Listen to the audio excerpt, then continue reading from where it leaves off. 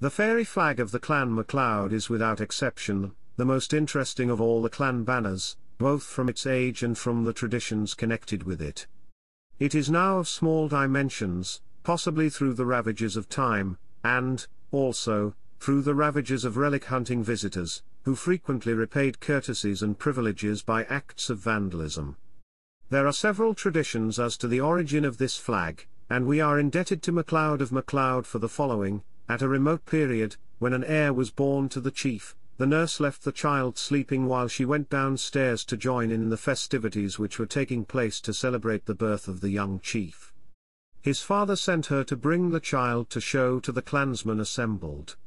She found the infant wrapped in the fairy flag, and when she had brought it down into the hall a chorus of fairy voices was heard singing the song of the banner, which said it was a fairy gift which would save the clan in 3 great dangers.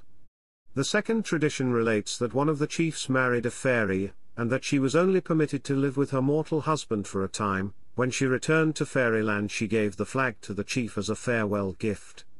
It is said that Fairy Bridge, about 3 miles from Dunvegan, is the place where the farewell took place. The flag has twice averted a great calamity. On the first occasion the MacDonalds landed with a great force at Waternish, burnt the church at Trunipan, putting the worshippers to the sword, except one woman, who escaped with the news. The chief mustered all the men he could gather on short notice, but they were insufficient to stem the tide of invasion. He resolved, therefore, to wave the famous flag. The MacDonalds were seized with a panic, imagining they saw large reinforcements coming to MacLeod's assistance, fled to their boats, and were cut in pieces. The bodies of the slain were placed alongside a dyke, which was then thrown down on the top of them. The battle has been called the Battle of the Wall.